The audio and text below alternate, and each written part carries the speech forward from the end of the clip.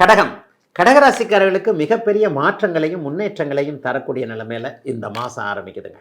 உங்களுடைய ராஜ யோகாதிபதியான செவ்வாய் மிகப்பெரிய அளவில் அற்புதமாக இருக்கிறாருங்க. என்ன இருக்கிறார்? 3ஆம் இடத்துல தைரியம், வீரியம், எல்லாவற்றையும் புகழை தரக்கூடிய, பேரை எடுக்கக்கூடிய.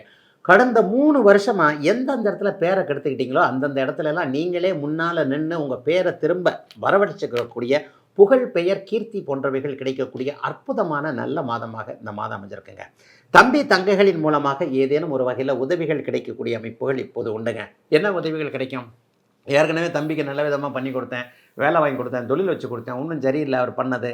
தங்கச்சிக்கு லைஃப்பை பண்ணி கொடுத்தா அது கொஞ்சம் சிக்கலாக்கிக்கிட்ட வந்து நிற்குது. என்ன பண்ணுறது, ஏது பண்ணுறதுன்னு தெரியல, எவ்வளோ தான் வாங்குறதுன்னு தெரியல.